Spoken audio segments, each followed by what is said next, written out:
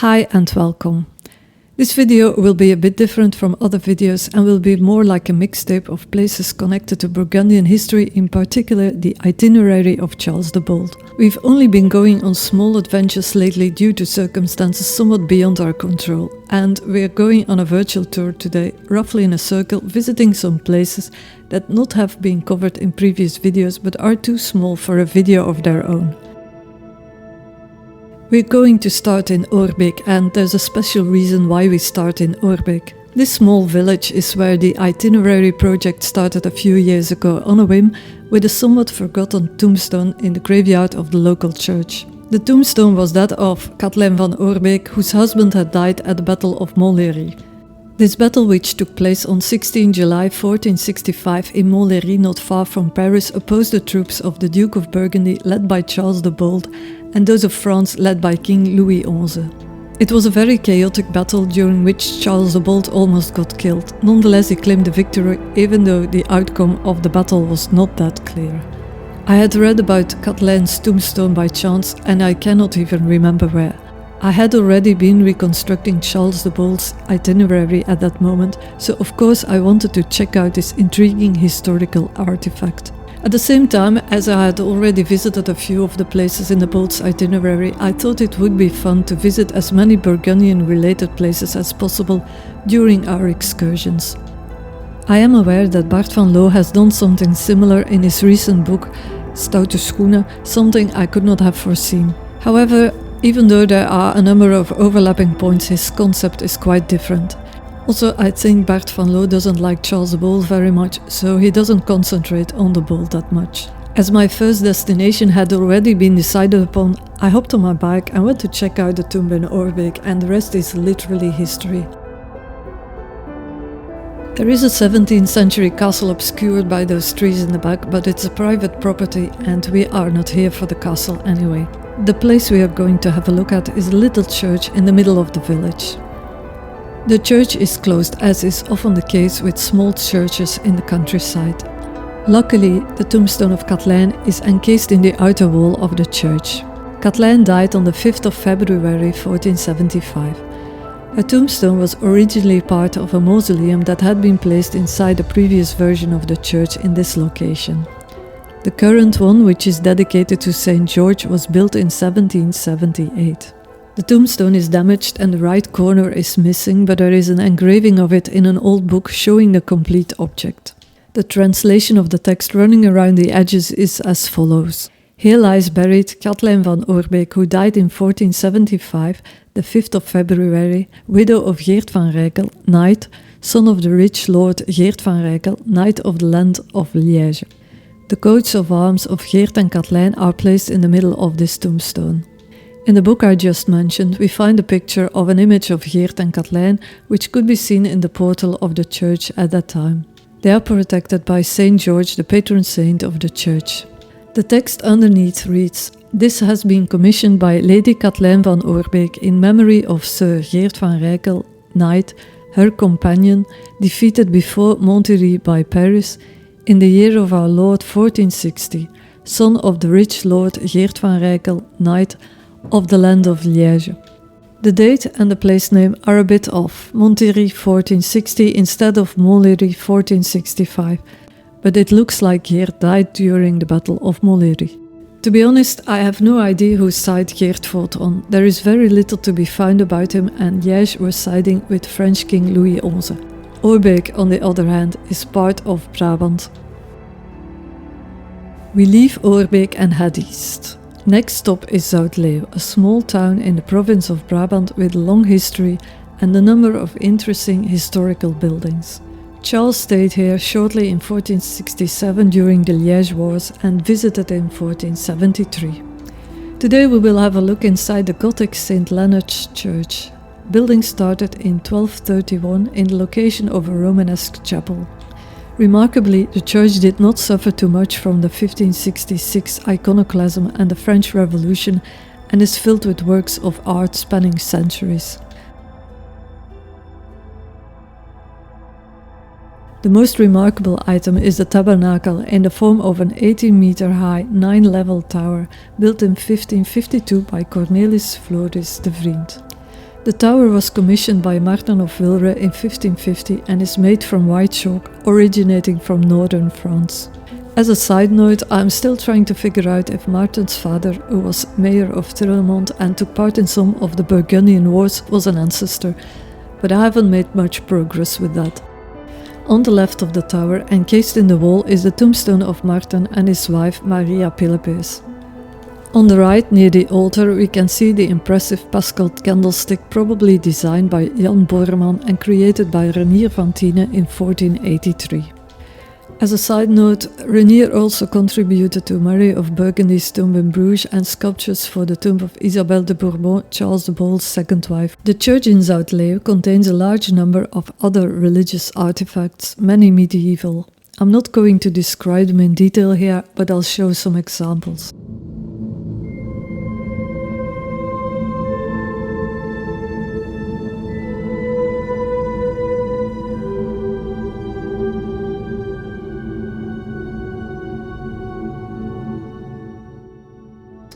We combined our visit with a walk that takes a tour of the old city walls. These walls have mostly disappeared and the walk was not that interesting in general. The next city of the tour, which was not covered in previous videos, is Tongeren. Tongeren lies in the province of Limburg and used to be part of the Prince Bishopric of Liège. Again, it has a very long and interesting history, but we're not going to delve into that today.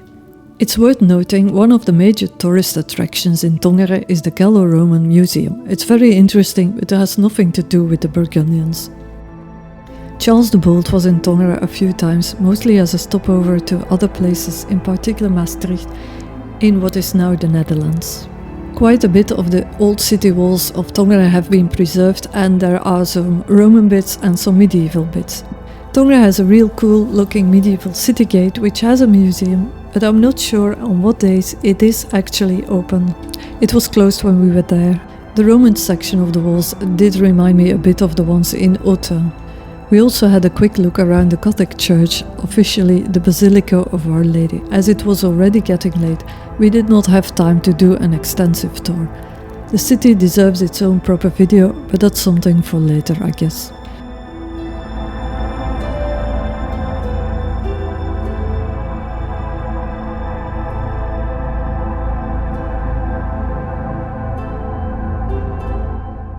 From here we will cross into the French-speaking part of Belgium and visit some other places of the itinerary. We go southeast now to Wanze. It's not far from Huy and quite close to the ruined castle of Moha. I already did a video about the ruined castle of Moha and Huy, so you can check those videos on my channel. The point of interest today is the Abbey of Val Notre Dame, which translates as Valley of Our Lady. This abbey of Cistercian nuns was founded in 1180 by the Count of Moha. Before that date, it was a malaterie. The abbey went into decline in the numerous wars from the 14th to the 16th century and was destroyed and ultimately rebuilt. The towers at the entrance date from the 17th century. Behind them are farm buildings. The main buildings are on the right, but the site is a private boarding school nowadays, so we did not venture too far inside the grounds. Interestingly enough, Charles the Bold spent quite a few days in the abbey after the destruction of Liège in 1468. I'm not quite sure of the main reason of his visit. I have a couple of theories which I'd like to investigate in the future. The accounts do give some details of the things he did there, mostly administrative tasks related to the disbanding of his army after the destruction of Liège. I've been going through some of these accounts because of a possible ancestor that had something to do with the administration of the abbey, but I haven't found something remarkable so far. After this, we travel north to Olay. This area is where my great-grandfather and his ancestors were born and lived. It's also the location of more Burgundian history relating to Charles the Bold and the Liège Wars. The church tower contains a bit of the old 12th century church, the rest is newer. But we're not here for the church. In 1466, after the destruction of Dinant, Charles the Bold and his Burgundian army were active in this region, battling Liège troops. Nearby is a mill where apparently the Peace of Olay was signed on 10 September 1466. We know that the bolt was here in the area because he specifies the location in a letter he wrote to the magistrates on 10 September 1466. In this letter, he mentions that he's staying in Olay on this side of the Jardin or Jeker, the river. Nowadays, the mill has been turned into private modern housing, so I was not able to venture far into this domain.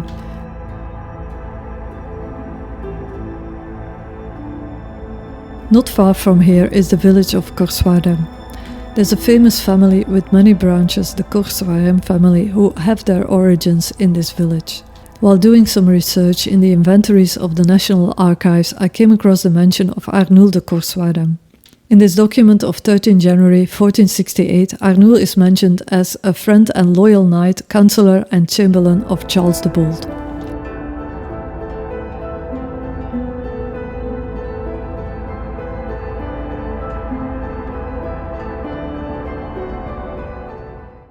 I knew Arnoul de Coursoirem's tomb was in the church of Coursoirem, but never found the church open. The only way I could think of to get inside the church was to go there before or after Mass, but Masses are not often held in these small churches anymore. It took a few weeks before I had the opportunity to visit the church when it was open, and I had to be quick because Mass was about to start. I knew more or less where the tomb was located near the entrance, but I did not see it immediately. Luckily, someone welcoming the churchgoers kindly opened a small chapel where the tombstone was located. There were in fact 2 stones. One was an older one of the 13th century of Arnoul de Coursoirem and his wife.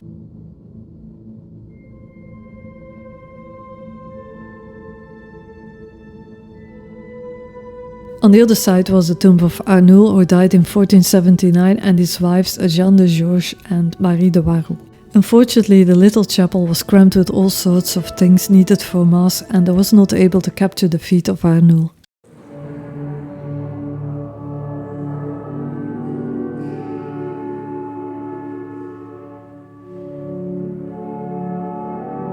There should be another tombstone nearby, that of Coursoirem, who died in 1558, but I didn't see it here, and maybe it was in another chapel, I don't know.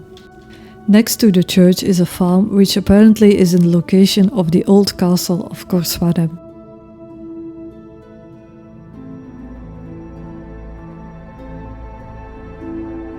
We head west and back into the Flemish part of Belgium.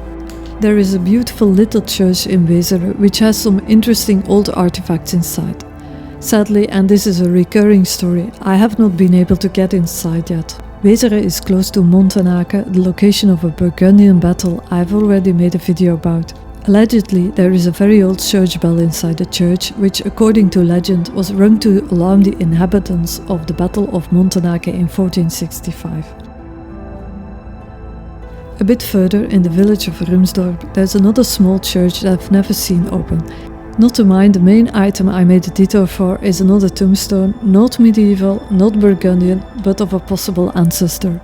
It's the tombstone of Egidius Everaerts van der Velpen and his 2 wives, again one after the other, but that's obvious, I guess. Well, maybe not, I don't know. The worn stone is rather casually placed against the church wall outside. There's an image of it in Herkenrode's Collection de Tombes. Our next and final stop is Leuven, or Louvain in English. I've already covered Leuven before, but this time we're going to have a quick look inside the medieval town hall.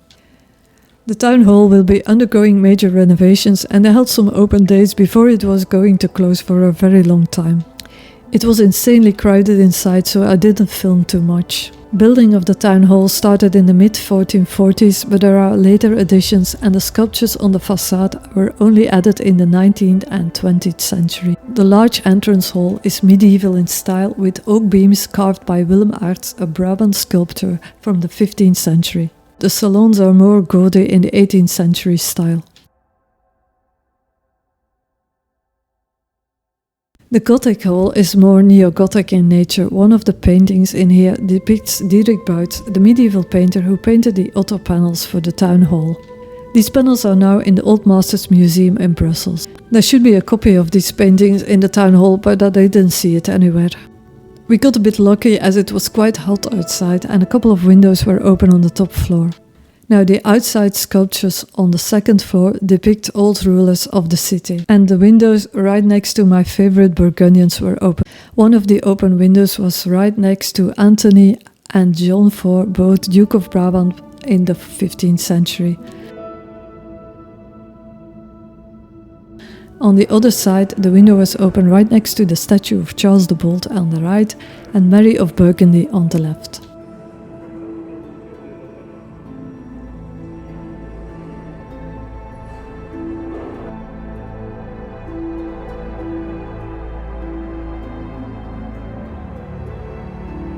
The window also offered a great view of the St. Peter's Church and the gleaming gold jacquemart or belt striker. The belt striker looks quite medieval and Burgundian, but it's actually quite modern. And then there was another event in Leuven which attracted a large number of people, and these were the festivities surrounding the 600-year anniversary of the university. 600 years is a bit of an embellishment as there were several versions of the university, but let's not go into that here and now. The first version of the university was founded by Duke John in 1425, so that is where the 600 years come from. It's interesting to think that Cardinal and Bishop of Autun, Jean Rollin, was a student here in 1429 when the university had only been 4 years old. Nobody seems to know why he studied there and what he did there, but it does appear on the enrollment lists of the university.